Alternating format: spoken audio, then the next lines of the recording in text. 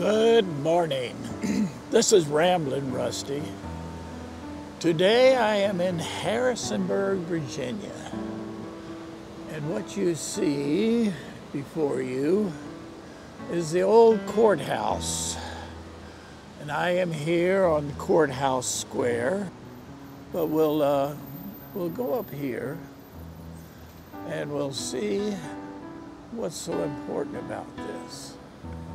And coming down to the point of interest that brought me here, here's a little fountain in the middle. It looks inviting. Oh.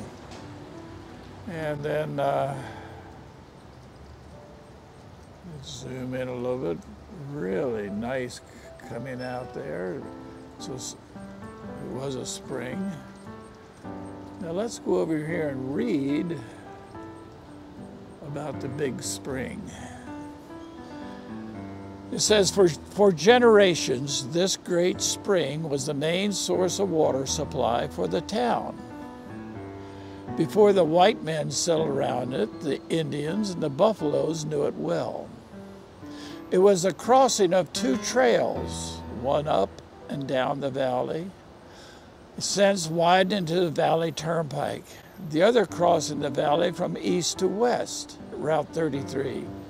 During the Civil War, thousands of soldiers, blue and gray, quenched their thirst at this generous place of refreshment. But sometime after 1896, when the new courthouse was erected, the court square was paved and the old spring had to go the way of civilization, which I really am glad that they have set up that the water is going here. Even though here in Virginia, this is I think the 29th year of drought for the state of Virginia. And so I just read that in the newspaper today. Another view of the courthouse. During the Civil War, a road, Market Street, ran east and west through the courthouse square, divided in half.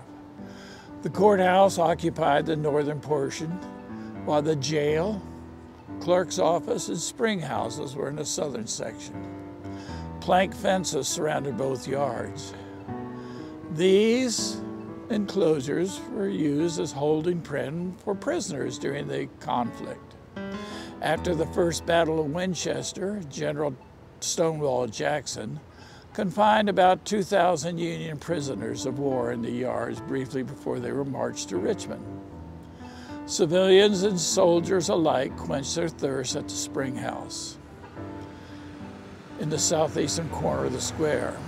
Artist J.E. Taylor sketched the original spring house while traveling with General Sheridan's Federal Army in the fall of 1864. Fighting occurred in Harrisonburg doorstep several times. On June 6, just before the nearby battles of Cross Keys, rear guard engagement southeast of town resulted in the death of Turner Ashby Jackson's cavalry chief. Here it says, for a town of the size of about 1,400 in 1860, Harrisonburg had a large number of hotels, reflecting its importance as the country's seat in a regional commercial center. The American Hotel is known as McHone's Tavern, which stood on Main Street opposite the southeast corner of the square, was a popular stopping place. The local newspaper reported that a famous Confederate spy, Belle Boyd, had been in Harrisonburg for a few days, stopping at the American. The hotel was destroyed in the Great Harrisonburg Fire in 1870. This talks about the Rockingham County Fallen Fire and EMS Memorial to the memory of the employees and volunteers in the country's fire and emergency services.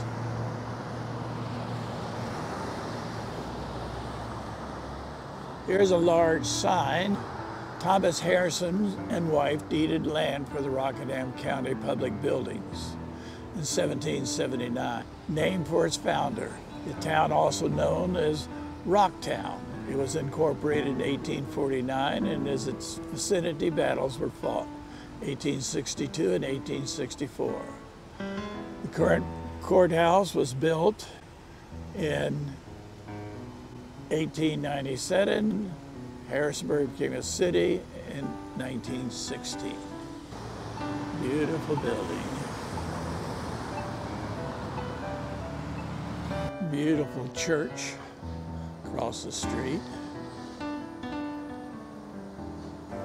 I see my trusty vehicle waiting patiently for me. Ramblin' Rusty, signing off for now. So long.